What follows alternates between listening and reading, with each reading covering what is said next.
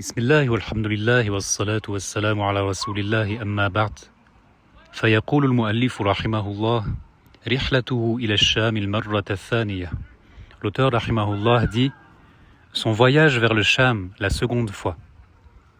ولما بلغت سنه عليه الصلاة والسلام 25 سنة سافر إلى الشام المرة الثانية، وذلك أن خديجة بنت خويلد الأسدية كانت سيدة تاجرة ذات شرف ومال، تستأجر الرجال في مالها وتضاربهم إياه. وتضاربهم يعني من المضاربة الشركة التي تكون بين طرفين، من أحدهما المال ومن الآخر العمل بالتجارة. Lorsque son âge, sallallahu alayhi wa sallam, avait atteint 25 ans, Mohammed ibn Abdillah voyagea vers le Cham pour la seconde fois, avant de recevoir sa mission de prophète. Il en fut ainsi parce que Khadija bint Khuwaylid al-Asadiyya était une dame commerçante. Elle était dotée de noblesse et avait une grande fortune. Ce qu'elle pratiquait, c'était le mudaraba. Al-mudaraba, il s'agit de louer les services d'autrui afin de faire fructifier un certain capital, une somme d'argent réunie. Alors, elle travaillait avec les hommes de sa tribu. Elle les envoyait travailler avec les capitaux qu'elle leur confiait, afin qu'ils entreprennent du commerce avec ces capitaux et qu'ils puissent en tirer des bénéfices pour eux-mêmes et pour elles aussi, qui répartissent. Tout ceci, c'est le mudaraba.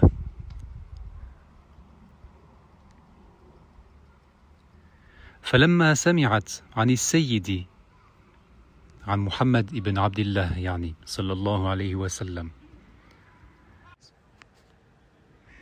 فلما سمعت عن السيد الأمين فلما سمعت عن السيد من الأمانة وصدق الحديث عن السيد يعني عن محمد ابن عبد الله صلى الله عليه وسلم فلما سمعت عن السيد من الأمانة وصدق الحديث ما لم تعرفه في غيره حتى سماه قومه الأمين استأجرته ليخرج في مالها إلى الشام تاجرا وتعطيه أفضل ما كانت تعطي غيره. Lorsqu'elle entendit parler au sujet du maître, à savoir Muhammad ibn Abdillah sallallahu alayhi wa sallam, lorsqu'elle entendit au sujet de lui, lorsqu'elle entendit parler de sa loyauté, de sa véracité, une véracité de parole telle qu'elle n'en avait jamais connue chez nul autre, chez n'importe qui d'autre, au point que son peuple l'avait surnommé l'Amin, celui qui est fiable, honnête, digne de confiance, Al-Amin. Elle loua ses services, elle fit appel à lui, à Muhammad, sallallahu alayhi wa sallam. Elle sollicita Muhammad ibn Abdillah afin qu'il fasse du commerce pour elle. Lui qui avait le surnom Al-Amin. Elle fit appel à Muhammad ibn Abdillah afin qu'il utilise son capital, le capital de Khadija, les biens matériels qu'elle lui confie, afin qu'il se rende dans le Cham, les pays du Levant, en tant que marchand. Quant à elle, Khadija, elle s'engagea à lui donner mieux que ce qu'elle donne aux autres habituellement.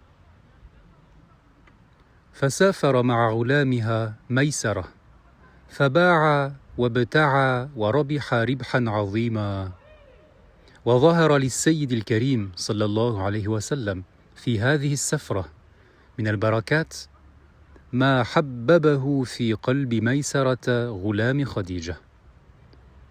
Il voyagea donc avec son serviteur Maïsara. Ils vendirent, ils achetèrent et ils réalisèrent un profit considérable.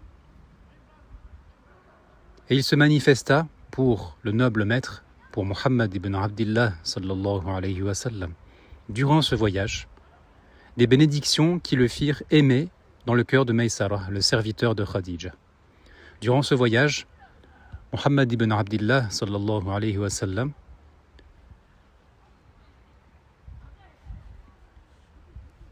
reçut de la part d'Allah des bénédictions telles que le servant de Khadija, Maysara, se prit d'affection pour Muhammad ibn Abdillah.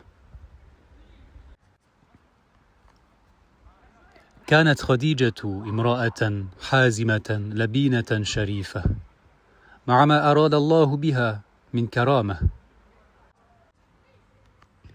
فلما أخبرها به غلامها ميسرة بعثت إلى رسول الله صلى الله عليه وسلم فقالت له يا ابن عمي إني قد رغبت فيك لقرابتك وشرفك في قومك وأمانتك وحسن خلقك.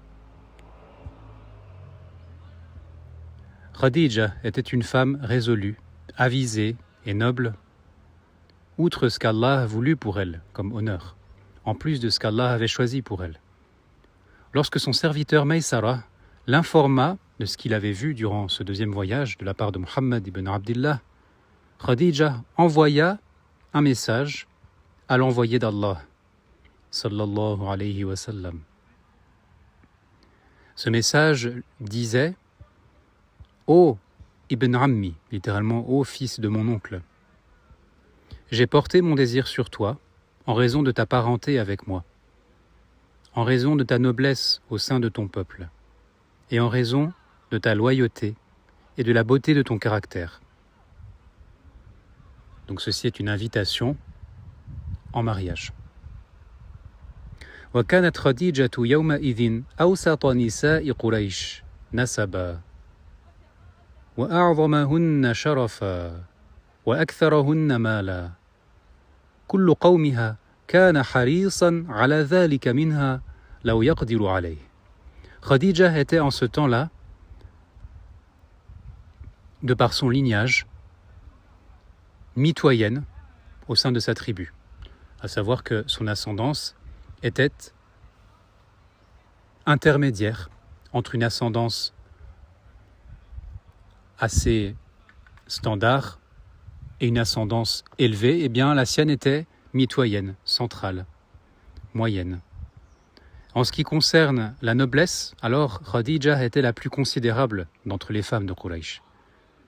Et en ce qui concerne la pourvoyance en biens, la richesse matérielle, Khadija était la plus abondamment pourvue en biens. C'était la plus riche d'entre elles. Et tous les gens de son peuple, tous les hommes de son peuple, eh bien, ils auraient ardemment convoité cela d'elle s'ils avaient pu y accéder, s'ils avaient pu espérer la demander en mariage, eh bien, ils se seraient hâtés de la demander en mariage. خلاصة في 25 من عمره صلى الله عليه وسلم سافر إلى الشام ثانية. سافر بمال خديجة بنت خويلد التي اختارته لما اشتهر به من الأمانة، فربح ربحا عظيما وظهرت له بركات حببته إلى غلامها ميسرة، فعرضت عليه خديجة نفسها وهي من أشرف نساء قريش وأكثرهن مالا. En résumé, à 25 ans, l'envoyé d'Allah sallallahu alayhi wa sallam a entrepris un second voyage commercial en direction du Cham, les pays du Levant. Ceci avec le capital de Khadija bint Khuwaylid, avec une partie de ses biens matériels. Ce capital qu'elle lui avait confié du fait qu'elle l'avait choisi en raison de sa réputation. Lors de ce voyage, le profit est considérable. L'envoyé d'Allah, sallallahu alayhi wa sallam, rencontre les bénédictions d'Allah et celle-ci gagne le cœur de Maysara.